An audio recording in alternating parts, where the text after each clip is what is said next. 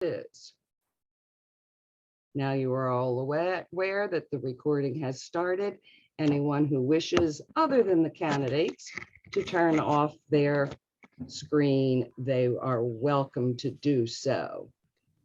It is my pleasure to introduce our moderator this evening, who will tell you some more about how we're doing the rules and regulations of this forum and move us forward. That is Phyllis Vogel. Phyllis is a league member, of course, and is also a past president of the Sarasota League. So you might all wish to put your view on speaker view. I suggest that you do. And then you'll be very comfortable for the rest. Phyllis, please take it away, your turn. Muted.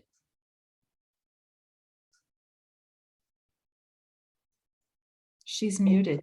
While Phyllis is getting unmuted, I'm going to tell you what she would have said is that every candidate's going to be asked the same question and will have the same time limit to respond. I don't understand why this is. Okay, we hear you now, Phyllis. Do you hear me? Yeah. All right, good. So candidates should answer Phyllis's first question, which introduces the candidates and their background, and her last question, which asks candidates to summarize why they are the best choice for this office in 2 minutes. All the other questions that Phyllis asks will be 1-minute questions. All right. Okay. Are all five candidates here? Yes. Yes. Yes. Right. All five candidates for the Venice City Council seats 3 and 4 are with us today. So early voting begins tomorrow, Monday, October 25th. So let's talk about the rules for this forum. The forum will be recorded and posted on our YouTube channel, social media, and other media outlets as determined by the Sarasota League.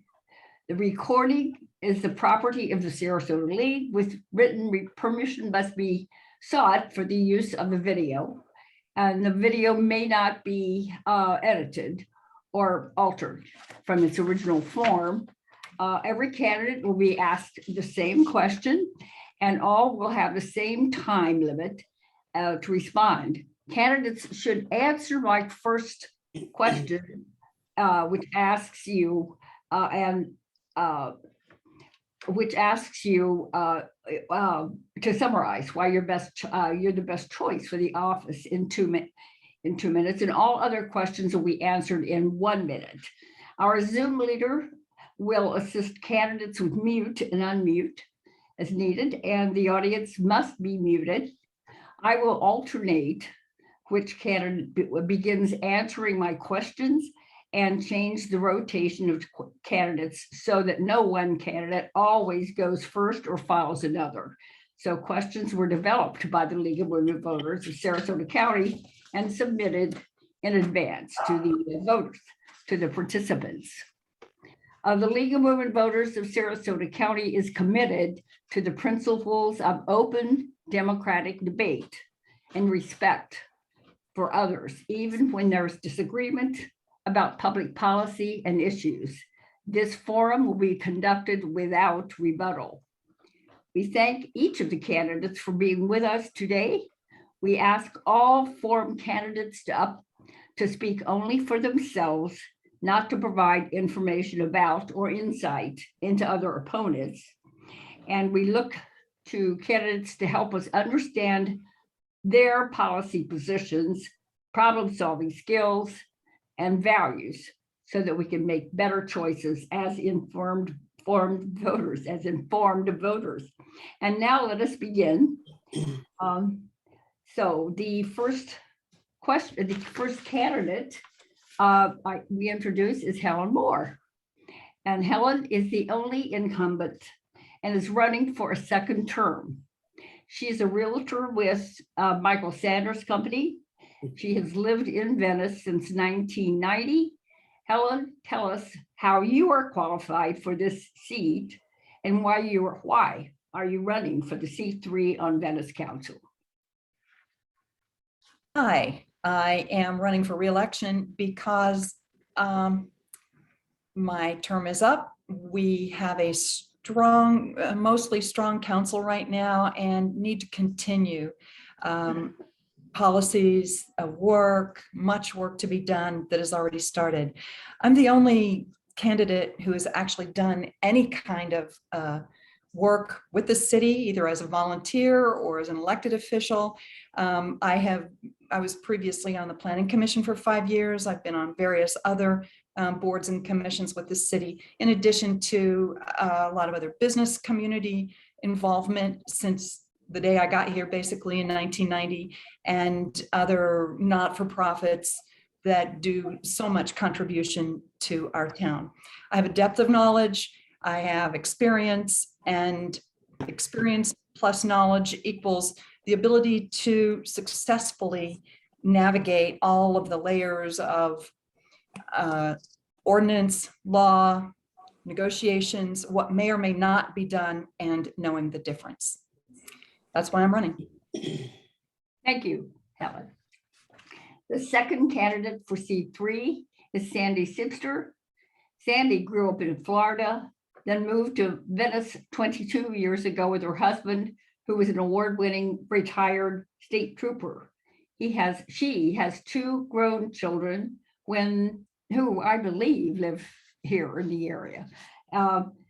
Sandy, tell us how you are qualified for this seat and why you're running for the seat. Okay, well, hello everyone, and thank you for having me this evening. I'm Sandy Sibley, and I'm running for seat 3 on City Council. So I'll start by telling you that I moved to Venice 20 years ago in 2001 with my husband of 23 years, Gary. Gary's background is he's a veteran of the U.S. Navy Reserves and a 20-year veteran of the New Hampshire State Police and a recipient of the Medal of Valor for saving the life of a fellow officer. So Gary is a great guy, and I have his support in running for this position. I'm running for City Council because I have the background that will make a difference. I have a business degree, and I've owned several successful businesses throughout my life. I started my real estate career when we moved here in 2001, and I've been very successful in the real estate field, with my highest honor being inducted into the RE/MAX National Hall of Fame for my sales. But there is one distinction that I want to make clear, and every realtor has their own book of business. My specialty is established older neighborhoods. I'm not a realtor that specializes in new construction. Therefore, I'm not, and I'm saying it again, I'm not beholden to developers. My business expertise and ability to work and listen with people is what's needed in this job. I have 45 years of experience doing just that. My family moved to Florida in 1959, and I've enjoyed growing up on our beaches. So I'm invested in the success of Venice. The areas I want to discuss this evening are how to manage growth in Venice, my opposition to increasing the heights of our historic downtown, and of course, red tide. There are a lot of challenges, but I feel that I'm the dedicated person that can handle it. Thank you. Thank you, Sandy. We'll go on to seat 4. There are 3 candidates for seat 4 on the Venice Council: Jen Lewis, Jim Bolt, and Chris Simmons. So Jen Lewis is a realtor also, who has had 35 years of work experience in media sales and public relations with CBS and Clear Channels. She tells us, Jen, tell us how you are qualified for seat 4 and why you are running for this seat on Venice Council. Sure. Jen Lewis running for seat 4. Thank you all for being here. My family has 30 plus years here in Venice. And I fell in love with it with my family in 1992, and my sister and I bought second homes. In 2018, I moved back permanently. My father passed away to help my mom. I have 35 years in the media experience, as you stated, with CBS and Clear Channel. And I was top 1% of my sales for all those years working on million-dollar deals. When I moved here, I realized quickly that in the media world in South Florida, there weren't a lot of opportunities. So I had to quickly reinvent myself. I had a couple friends in real estate that I did some transactions over the last 30 years, and they told me to get my real estate license. So I did in 2018, and I got Rookie of the Year, and I'm probably top 10% in my office at Coldwell Banker. So the reason I'm qualified for the job is I have a business degree. I know how to manage multi-million-dollar deals. I'm a solution-based person. And the reason I got into this is when I moved back in 2018, red tide was terrible. The merchants were suffering by visitors not coming and spending money in their stores.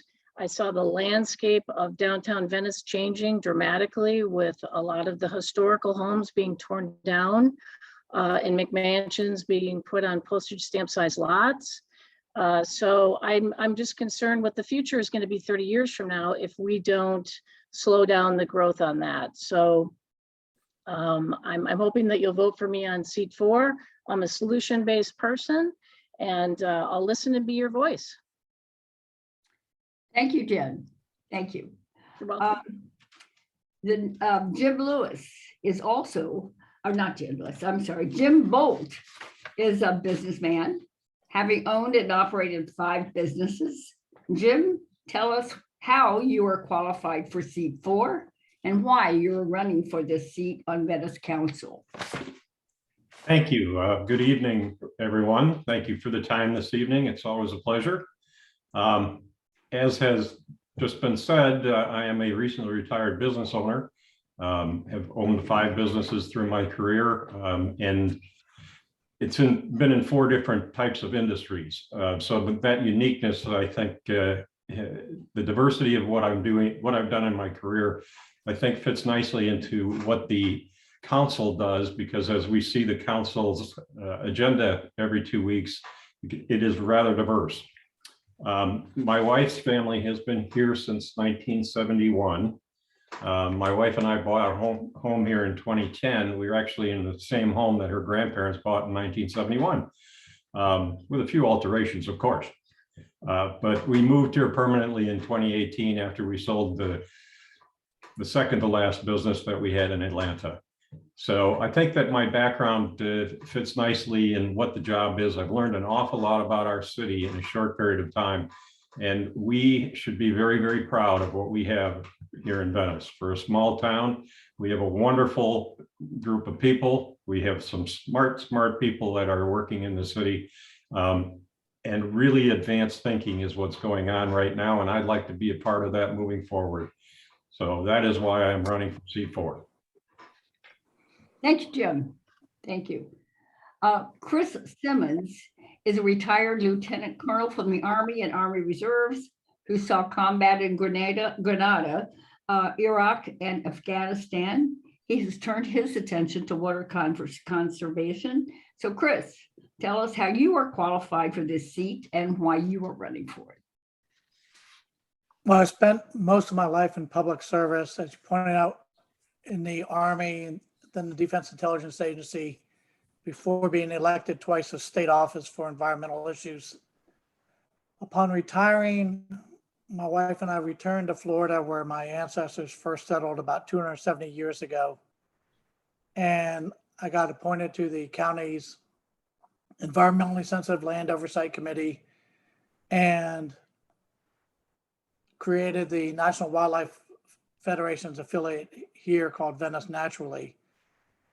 During my career, I was able to work with entities from municipalities all the way through foreign governments and everything in between. And the government recognized my service with 69 different awards and medals. And by the end of my career, I had earned the honor of becoming one of the top spy catchers since World War II. And I see that as evidence of my ability to lead, build coalitions, and provide the vision that gets buy-in, because nothing happens in a vacuum. And what I see here in Venice is we do have a beautiful city, but there's a lot of room for improvement. Our disabled community is underrepresented. It's easy to think that the American with Disabilities Act solved all the problems, but that's not true at all. There's a lot of help that needs to be done. Our environment needs a lot of improvement, and there's a lot of common sense solutions to help us get control of things to help undercut red tide.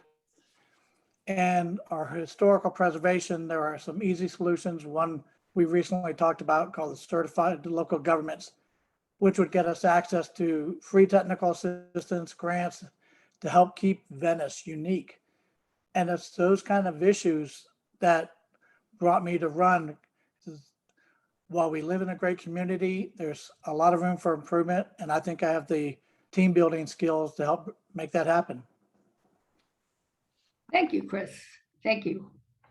We'll go on to the second question, and that is, what do you see as the two most important issues the Venice Council needs to address, and how would you address them? So let's start with Sandy. How would you address, what are the most important questions, and how would you address them? Thank you. Well, I think one of the most important issues is red tide. It's very concerning to everyone here in Venice. We need to figure out to do our part. And one of those ways that we're doing it is there's a new stormwater program that is going to be started next year. It's a 4-year program that is has 15 different projects in it at a cost of $4.2 million that's paid for by federal, state, and local funds. It's going to remove the nutrients from the stormwater before it goes out to the Gulf. If we don't do that, then those nutrients actually feed on red tide. That's one of them. The second one that I think is very important is our historic downtown, making sure that that doesn't change. We've spent millions of dollars making it as beautiful as it is. And I'm afraid that if we start, even, for a small height, allowing changes, it's going to change the whole face of our downtown. And I want to say, let's not mess with success. Thank you, Sandy. Jen Lewis, what do you say to that? What do you see as the two most important issues, and how would you solve them? Let's see, unmute myself. I'll piggyback a little bit on what Sandy said. Red tide was one of the biggest concerns and why I decided to run for office. Because I love the water. I'm a water baby, and I wasn't able to get out in the Gulf for several months because of red tide. So I know that we've got some outfalls and some things that we can do to manage the nutrients going into the intercoastal and the Gulf.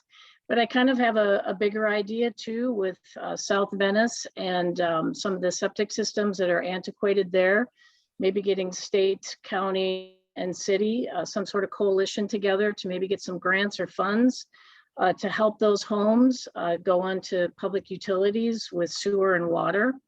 That's one pretty big issue that I have. The other issue is just the landscaping and the quaintness of this town in Venice. And I just keep seeing all these historic homes, 100-year-old banning trees being torn down.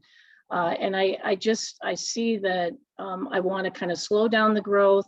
And I also want to look at sustainability. Javier, I met with him for 2 hours on a tour, and we've got water till 2035. But let's look at sustainability for solar and, electric cars and more charging stations. What is that going to look like to be more green in the next 20 to 35 years? So actually, those are 3 issues, but that's what I stand behind. Thank you, Jen. You're welcome. Jim Bolt, how would you answer that? What do you see as the two most important answers or questions? I mean, two most important problems, and how would you solve them? I'm not so sure I'd call it a problem, but I think one of the most important things we have to do is continue to be fiscally responsible. The city has done a very good job in the last several years of putting money away for special events or special issues. And with the rapid growth that we're seeing around us, it's going to have a huge effect on our city. And we need to be 2 steps ahead. So fiscal responsibility to me is the first thing that we need to be concerned about. A lot of the other issues that are being talked about are important issues, don't get me wrong. But in order to accomplish a lot of those, we need to make sure we have fiscal responsibility. And second, I really would be a big promoter of continuing to work towards a better relationship with the county and with the state.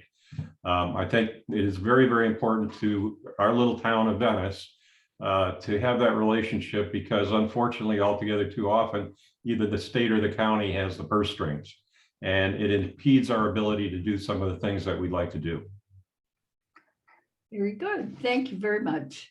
And Chris, what do you see as the two most important issues, and how will you solve? I see the two most important issues as the environment and better management of our growth. With the environment, the monitoring the outflows is a good start, but that's all it is. It does nothing for Roberts Bay, Donna Bay, Hatchet Creek, Curry Creek, any of the waters that are within or surround Venice, almost all of which are impaired. So there's a lot of other very cost-effective science-based solutions that work, and we need to stop looking at the environment as a cost. It's really an investment. Back in Virginia, when I was running the state programs, we had a return on investment of over 300%. So that investing in the environment is actually a money maker for the municipality and improves quality of life. Now, for the city, the smart growth is better protection of our historic resources and to end the practice of 2 different Venices. There's the island and there's a suburban crescent. We need to do a lot more about blending the two so that the suburban crescent goes back to more of a John Nolan style design of mixed use, mixed income points, return to the very formula that made downtown such a successful model. Interesting. Thank you. Thank you. And Helen Moore, what do you see as the most important 2 issues? I think it's incredibly important that we factor resiliency into all of the considerations, all of the decisions, and the responsible, deliberate kind of go forward efforts that'll be made. It's also important for us to know where our lane is as a city, not try to go out and tell the county how to solve their problems or tell Tampa Bay or Manatee County how to solve their problems. It's important to have interactions that we have relationships with our surrounding county and with our state leaders, but we need to take care of here. And we're doing a really great job of that now. It's important that we don't just stop what we're doing, but we take deliberate steps. There's no just stopping what's already in progress. It's planning, carefully planned, financially responsible, and just needs to continue to be very smart. Thank you. Thank you, Helen. Okay, our next question is, what's your position on the amount of development occurring in Venice, and what policies do you propose? Can you answer that? Start us off with that on Jen. Can you start us off with that and answer your answer to it? Yes.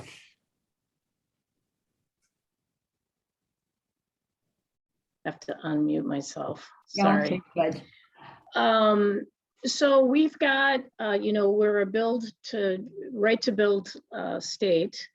So we have to be careful about that. And we do have the 50% open land that the developers are adhering to, which is great.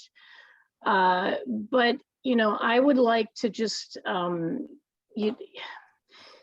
still like to see more sustainability. I'd still like to see more Florida landscaping and things like that. If we could continue to save some of the historical homes, I think that would be important.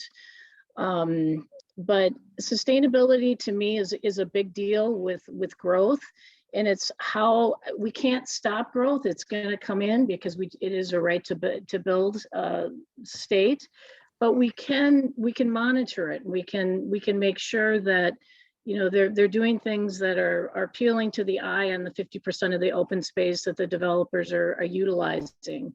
And like I said, just going more green, more Florida landscaping, so that there's something here left in Florida 30, 40, 50 years from now for my grandnieces and nephews. And so that's what would be important to me. Very good. Thank you. How would you answer that question, Jim, about development? What's your position on the amount of development occurring in Venice, and what policies do you propose? Well, we hear a lot about the growth that's going on here in Venice, and more so the surrounding area. We have a comprehensive plan in place that we've actually, the city of Venice earned some awards over. And that plan is what sets the pace for where we're going in the future.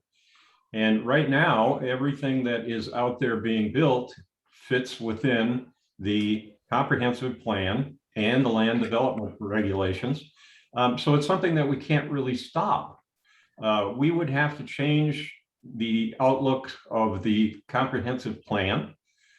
We would probably end up putting ourselves in a terrible place with the possibility of getting sued over and over and over. So yes, we're all upset about the fact that the city is growing so quickly, but when you can read about your city in the newspaper all the time being a #1 destination, you're going to have this kind of problem. And so the best thing we could do is work within the comprehensive plan and the land development regulations and see what we could do to tighten things up a little bit, to maybe slow the growth and make sure that things are more congruent with what we would really like. Very good. And Chris, where are you on this? What do you think? What's your position on the amount of development occurring, and what do you propose? What policies do you propose? I've been consistent in pushing for a return to the John Nolan style, mixed use, very walkable, shopping and businesses on the ground floor with residences and offices above. Walkability scores are great for property values. The higher the walkability score, the higher the value of the community. And yet for too long, we've allowed developers to tell us what our comprehensive plan is, in terms of, they say, we're going to build 1,000 single family homes and that's it.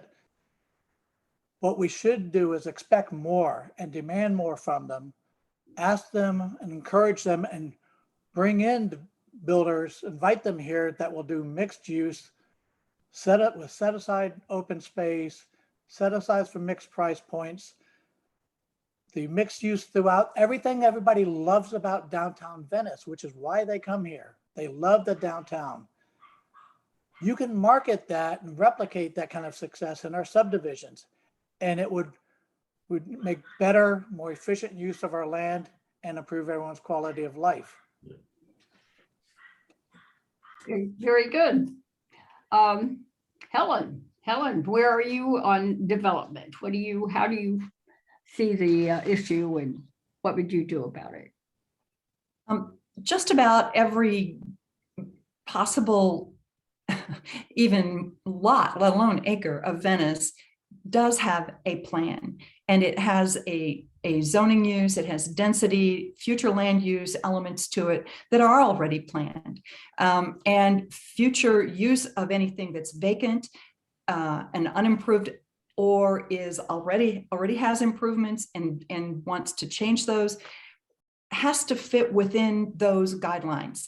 If if the city were to suddenly start changing those things, there's a little thing that a lot of people may have heard of. It's the Burt-Harris Act, which constitutes a taking of private property rights by an entity like a city or a government or a business. So we have to be very careful that, like has happened in the past, that there is not the implied removal of private property rights by the government that gets the city sued under Burt-Harris. There is a good mix of use that is proscribed for future developments, for areas that will continue to be annexed into based on the probably 25-year-old joint planning agreement between the city and the county. There won't be any surprise, oh, look, here's some property that we never heard of, and now all of a sudden it's going to be part of the city and it's going to be paved over. The 50%, sorry. No, you're good. I just, did you say proscribed or prescribed when you talked about the plan? Okay, all right. Let's one finish. Well, it isn't prescribed because it's not. That's it. That's what I wanted to hear. It's proscribed. Yes, it is. Okay, all right. All right, thanks, Helen. Thank you for pointing that out. And Sandy, what's your what do you see as the what's your position on the amount of development occurring in Venice? Sure. Well, development in this area concerns everybody because there's so much of it. And the fact of the matter is that's called progress. We can't stop progress, but what we can do is manage it more smartly. And one of those ways is through the LDRs, or the Land and Development Regulations, that's going to be voted on next year. And what it says is that a developer, when they buy a tract of land, they must now put 50% aside as open space. And I think that alone will give some quality of life to everyone. So the fact of the matter is that the growth is here, and we just have to keep our eyes on it and our finger on it. Thank you. So you're saying that they still have, every developer has to have planned for 50%, or have to plan for some green space on when they develop. Is that what you're saying? Correct, right. When it's revised next year, some of them already do follow that, but when it's revised next year, after there's input from the public and everything's said and done, that should be part of it. And if I'm on council, it will be part of it. Okay, that's kind of what goes along with what Helen was saying too. All right. Our third question is about healthcare. Healthcare is a state and federal issues. It is a state and federal issue, but there are some, given that Florida is one of the 12 states that has not adopted Medicaid expansion, leaving many Floridians without health coverage, would you support a municipal or a county health coverage program? They exist in Hillsborough County and in Polk counties. And I don't have the details of this healthcare here, but there has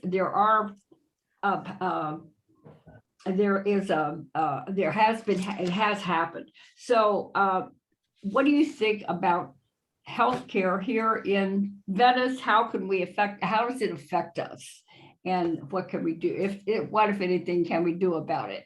And let's start with you, Jim. I think that, I'm just going to be blatantly honest. I don't think the city of Venice should be in the healthcare business. It's very, very expensive. We're a small city. I can't imagine that we would be able to afford this in any way, shape, or form. Potentially, maybe a coalition of cities getting together or counties getting together. But I don't think that this is really something that the city of Venice should be particularly involved in. All right, thank you, thank you. How about you, Chris? What do you think about healthcare? I don't think, this isn't my area of expertise, but I don't think the city has the resources. But having said that, I think the first step in identifying a problem is admitting there is one. So let's say we know we have a poverty rate over 9% here in our city. And we have a lot of people on fixed income. So I would at least encourage public hearings to see, so we can quantify if a problem exists. And if it does, use that public hearing to identify the left and right limits, so to speak, and determine whether we can and should move forward to the county and other authorities for help if that's what's needed. To cooperate with others, yes. All right, what do you have to say about this, Helen? The issue of healthcare in Venice and how it affects us. Right. It's sad that Florida has the type of governance that won't recognize this really badly needed service and what should be a right for most Floridians. But this is not something that our 20-some thousand citizens, 16 square acre or square mile city can cure. And I believe that each of us as individuals should join together with other like-minded people, with our organizations, with our employers, with our churches, with our neighbors, and work together to get what ought to be taking place in Florida, and not chipping away and spinning our wheels on a lot of things that is just technically, I mean, really not a reality for our city to carry. Right. All right, thank you. Sandy, what do you say about healthcare issues here in Venice? You're in Venice. Unmute.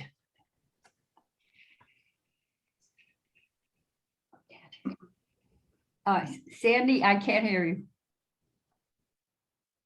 Okay. There you are. Okay. Now, yes. All right. I'm fortunate that my husband and I have excellent health coverage. And I would like to see some consideration of that from the city. I know that the city is very financially sound. And if we could just explore it and see what we can do, I'm not saying, definitely let's do it. It depends on so many factors, but why not look at that and see what we can do? Thanks. Thank you. And Jen, do you have any opinion on what Venice could do, how Venice is affected with lack of health care and what they could do about it? Again, I think that we all agree here on the panel that it's sad for anyone that doesn't have healthcare insurance or can't afford it. But we are a city of only 23,000, and I don't know how we could address that, but if there is a way with a coalition or some state, county, if there's some help, I'd be more than open to look at that. But looking at a 30,000 foot view, I don't see a solution for it today, but I'm not saying that there can't be a solution and that I wouldn't be for it if a good one came across my desk. All right, thank you. All right, I think we have everyone. To turn to the final question, each of you candidates have 2 minutes to summarize why you are the best choice for this office. And so let us begin with, where were we? Let us begin with Chris. Why are you the best candidate for this office? I'm the best candidate because in the decades of experience I've had at the county, federal, and state level, I know that things can happen quickly. I reject the idea that government works very slowly and is lockstep and there's a process. we all seen here, even here within the city, things grandfathered or, for example, about 13 years ago, here when North Venice was annexed, there were supposed to be 2 John Nolan style developments made. And when the recession hit, the developer came back to the city and said, I'm going to build single family homes. You can approve it or I'll leave. And the city caved. And so we need to avoid this idea that we cannot change. The city changes things on a regular basis. We need to keep up with the times. Our economy is based on tourism. And as I indicated earlier, investing in the environment is a cost savings, not a liability. Currently, our beaches are ranked among the 400 worst in the nation, which is an improvement actually, because in 2009, they were in the bottom 1%. So when we talk about there's a small need for improvement, that's a gross misunderstatement, a misstatement. There's tremendous need for improvement. And yes, people come here because of the weather, but if they knew some of the problems we're actually confronting, I think that would drastically affect things. And it's nice that Venice has won awards. I, in fact, provided one of the awards on behalf of National Wildlife Federation for Pine Brook Park. But there is so much more we can do, and we need to demand better from our elected officials. Thank you, Chris. Helen, why do you think you are the best candidate for this office? And what do you think you could do? Hi. Okay, there we are. Yeah. I'm the best candidate for this because I actually know things and can discuss things. I have a depth and a breadth of knowledge that comes from hard work, experience, study, doing the homework, and being able and having gone through what it takes to negotiate, to come to compromises, to come to understandings, and to do useful and actually functional progress. I don't repeatedly use just sound bites or tag phrases or just throw the same, campaign words out over and over and over again. I'm able to actually answer questions in depth, not just make up things to get people to vote for me. I've been here, I've been doing it. My track record is excellent. I am independent minded. I have voted against development. Just ask Foxley Farms how I worked on that to keep the neighboring area from being developed when it wasn't compatible. I worked to establish Pine Brook Preserve, that is a nature sanctuary. It isn't a park to put playground equipment in. It is a nature sanctuary, and I voted for that. I helped to put all those things together. So I am proven to do those things. They're not just buzzwords to me. They're not just campaign rhetoric. Thank you, Helen. Thank you. And Sandy, can you summarize why you think you're the best candidate for council seat? Mhm. Absolutely. Running for city council is an opportunity of a lifetime to do some good. And I see this as my time to give back to the community. So with that said, I feel the public deserves to know the differences between myself and Helen, my opponent. So she has spent 3 years on city council, yet has never put an item on the agenda. The other council members have responded to the citizens' questions and requests by placing items on the agenda that address citizens' needs, such as environmental concerns, historical housing concerns, density concerns. Former Mayor John Hollick always puts things on the agenda or did from the public concerns. Yet she says that she will be your voice. Sandy, stick Yeah. with what you would do. Don't refer to another. Okay, I'm getting there. I'm getting there. Okay, so beyond that, she also stated that the new proposed height limits on downtown buildings are misunderstood by the citizens.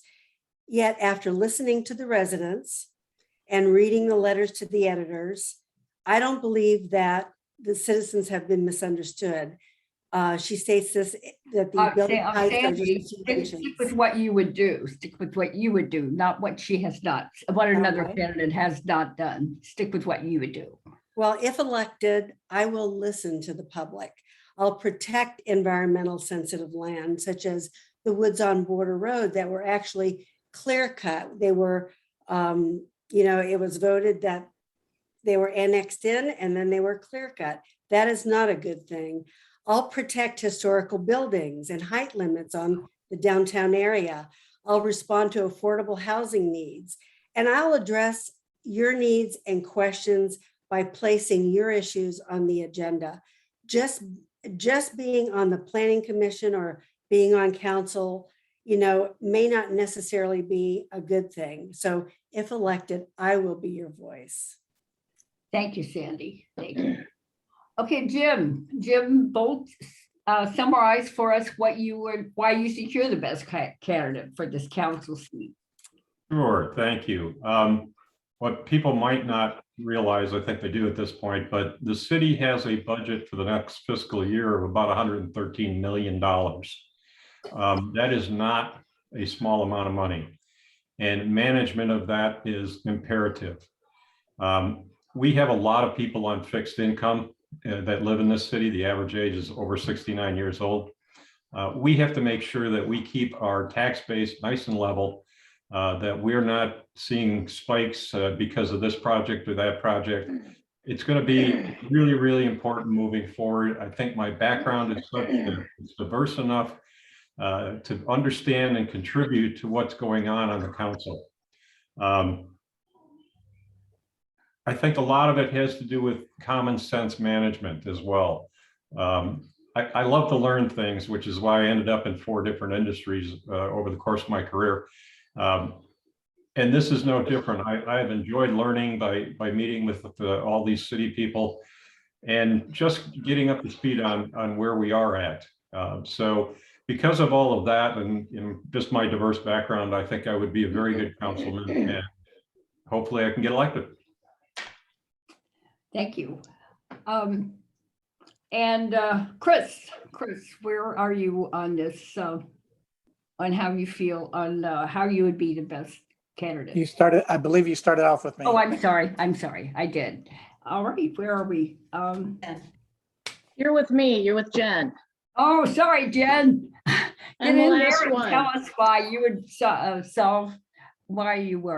summarize why you would be the best candidate. And thank you very much. Go ahead.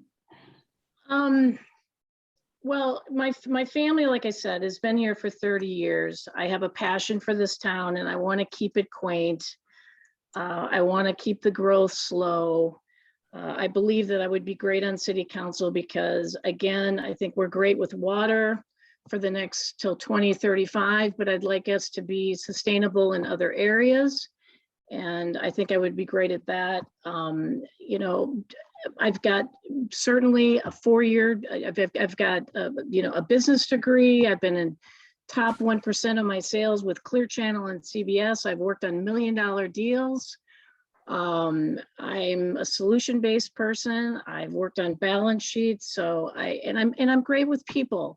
Overall, I love the city. I don't want it to change. I'm concerned that, with this potential height increase of 4 feet, which I would vote no, could potentially change the landscape of downtown Venice. So good, bad, indifferent, I'm not for it. So I will do everything in my power to keep this town quaint. I'll do everything in my power to do something about red tide. I still think that there's something we can do with state, county, and city with septic tanks and even Piney Point. And I know that's a big picture, but I'm kind of a big picture kind of person. And I think sometimes we're going to have to look outside our city to fix some of our issues and work with other cities and other counties because we share the same waterways. We should share the same roads. The other thing is we still need to really have a great relationship with the county. And again, I'm a relationship person, and I believe that I'd be a huge asset to making sure that we maintain a positive relationship with the county and the city. Thank you very much. Thank you. And thanks to all 5 candidates. Thank you for participating in this forum and in this discussion. We all have interesting ideas, and I wish the league wishes each of you well. So this concludes our forum. Thank you. Thank you, Phyllis. Thank you, You're Phyllis. welcome. You're Thank welcome. you. Thanks. Thank you. Interesting stuff. You're Okay. welcome. Bye. Bye. Thank you and good night. Good night.